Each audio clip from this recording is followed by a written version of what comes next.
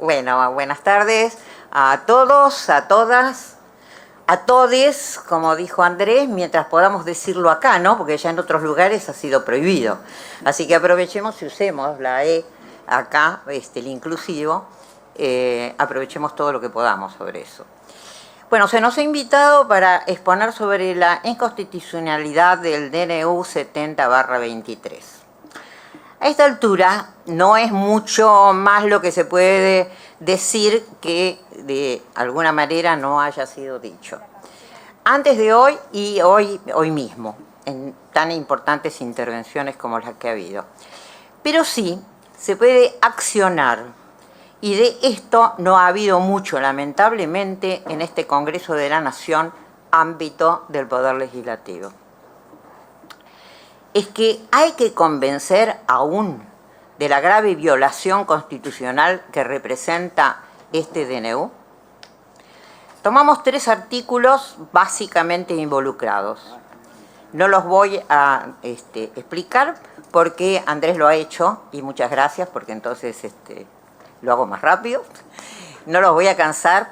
¿Qué son? El artículo 29, me remito a lo dicho por Andrés.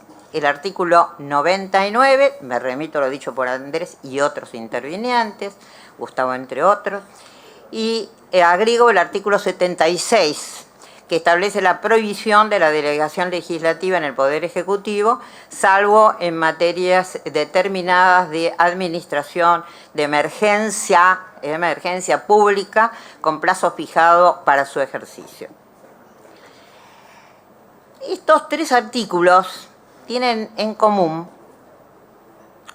que en todos los casos se subraya el carácter restrictivo de sus disposiciones, la excepcionalidad, el riesgo comunitario, la urgencia, es decir, circunstancias realmente especiales, emergencias, pero no la emergencia que se refiere el artículo primero que ahora vamos a ver. Bien. Nada de esto se encuentra en este DNU.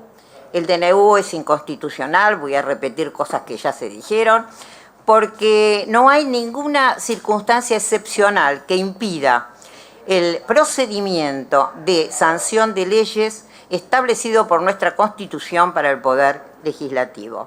No hay ni necesidad, ni urgencia, ni impedimento alguno para que funcione el Congreso.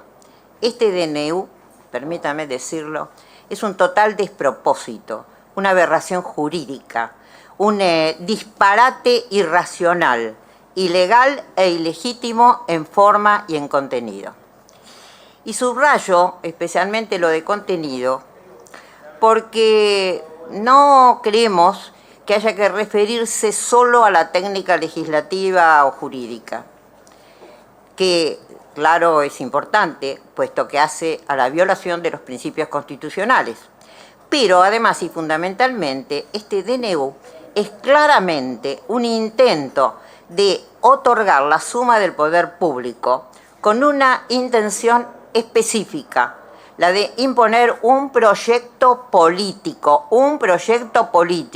sin debate, sin oposición al mismo, asegurándolo aún a costa de la violación de los principios más elementales del propio republicanismo liberal. Un proyecto político que se plantea refundar la Argentina sobre la base de las leyes de mercado, deteriorando los derechos de las y los trabajadores con un Estado reducido a tareas fiscales de control social y represivas, y de paso entonces el complemento del protocolo de Bullrich. Es un proyecto político que subvierte la institucionalidad constitucional que tanto nos ha costado imponer a partir de 1983, después de la dictadura genocida cívico-militar, cuyo programa, digámoslo porque hay que decirlo, fue antecedente similar a lo que este instrumento intenta imponer. El carácter de proyecto político integral del DNU surge ya de su propia fundamentación, en la que se habla de la estructuración de un cambio profundo en todos los aspectos. Así, el artículo 1 se refiere a la emergencia, a ese tipo de emergencia, referida a las materias económicas, financiera, fiscal, administrativa, previsional, sanitaria, tarifaria y social hasta el 31 de diciembre del 2025. O sea, prácticamente todos los aspectos que hacen a un país. Defensa y seguridad se la habían olvidado y lo plantearon en la famosa ley ómnibus. Artículo ex ley ómnibus, o ex no sé qué, ex proyecto. El artículo 2 se refiere al punto clave de la desregulación. Libre concurrencia, respeto a la propiedad privada y a los principios constitucionales de libre circulación de bienes, servicios y trabajo. Cabe preguntarse, ¿y los demás principios no existen? Las disposiciones que plantea el DNU implican, de hecho, una reforma de la Constitución Nacional, que acá ya se han referido, quebrantando el procedimiento estipulado a tal fin por el artículo 30 de la Constitución Nacional. De esta forma, se transforma en una reaccionaria reforma constitucional encubierta. Está claro que este DNU beneficia a los sectores más concentrados de la economía. Cuando el presidente Milei reivindica volver a 100 años atrás o más, a Roca, la historia nos indica que se está refiriendo o está reivindicando la pobreza, el fraude, la represión y los ingentes beneficios de esos sectores económicos. A lo largo de 365 artículos, deroga y modifica leyes que conforman nuestro plexo jurídico construido a través de largos años. Muchos de ellos, de sus componentes, han sido fruto de la lucha del pueblo por la conquista y la ampliación de derechos. Trabajadores, trabajadoras, mujeres, diversidades, niñeces y jóvenes, previsión social. El DNU pone el eje en la desregulación. Deroga leyes como la ley de alquileres, de tierras, de producción estatal de medicamentos, de abastecimiento, de protección de la industria nacional, desregula obligación de proveer primero el mercado interno en caso de exportación de energías como petróleo o harinas para el PAN. Desregula las tarjetas de crédito liberando intereses, desregula también las prepagas medicinales, liberando asimismo el monto del cobro a sus asociados. También desregula la celulosa y el papel de diario, oh casualidad. Establece la reforma del Estado, transforma a las empresas estatales en sociedades anónimas como paso previo a su privatización. Cercena derechos laborales históricos, como el derecho de huelga, la rebaja de las indemnizaciones. Modifica el derecho a la licencia por maternidad en contra de las trabajadoras. De todo este recuento nos preguntamos, ¿de dónde surgiría entonces la necesidad y urgencia que justificara este DNU? Hasta hay artículos que orillan la ridiculez y el desafío, tales como, por ejemplo, la de pasar al sistema de boleta única en actos electorales o legislar sobre la acreditación del equipaje en vuelos aéreos mediante un talón. Sin comentarios.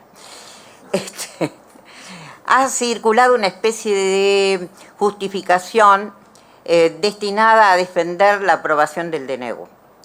Se ha argumentado que se han emitido 900 DNU, como acá se ha referido, de parte de todos los presidentes prácticamente, que han acudido a esta posibilidad de su utilización y que nunca fueron rechazados. ¿Cuál es la seriedad de este planteo? ¿Justificar la inconstitucionalidad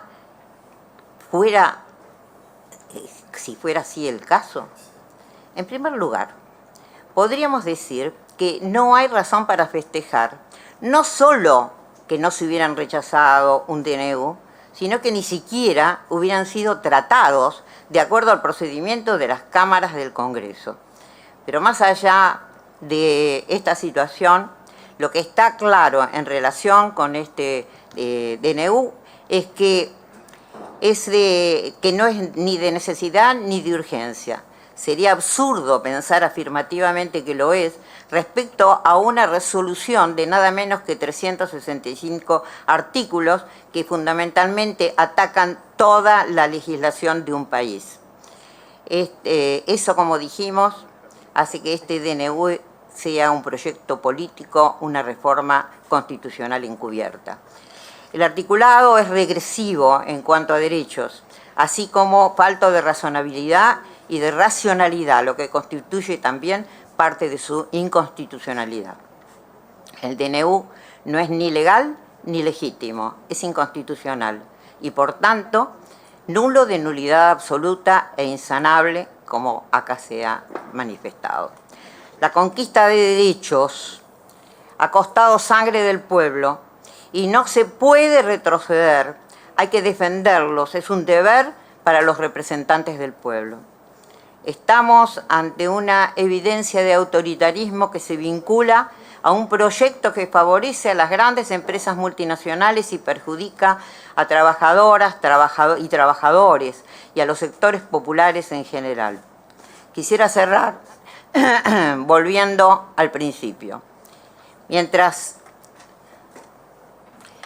estamos argumentando una y otra vez sobre la inconstitucionalidad del DNU, horrorizándonos con su contenido, ese contenido se está aplicando desde hace 2 meses aproximadamente. Y esa aplicación está causando daños irreparables en consonancia con el brutal plan de ajustes tarifarios que este gobierno aplica. Derogada la ley de alquileres, ya hay gente que se ha puesto en situación de calle o, en el mejor de los casos, ha tenido que mudarse a casa de parientes o achicar mucho sus necesidades. Hay quienes se han quedado sin cobertura médica porque es imposible hacer frente a los aumentos que las descomunales que se le plantean. Hay quienes, endeudados con su tarjeta de crédito, se ven ante la realidad de un incremento impagable de los intereses y también hay violaciones de territorialidad soberana, adquisición de tierras liberadas por el DNU.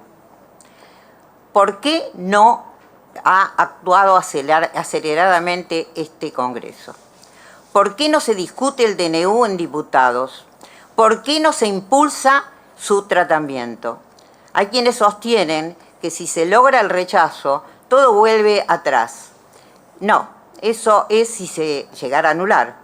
Pero no importa, porque de todas maneras ya va a ser tarde para quien se quedó sin hogar y sin servicio médico. Eso no se recupera.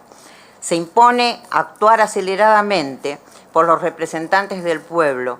Sabemos que hay varias que lo hacen, pero hay que multiplicar a esas varios y varias.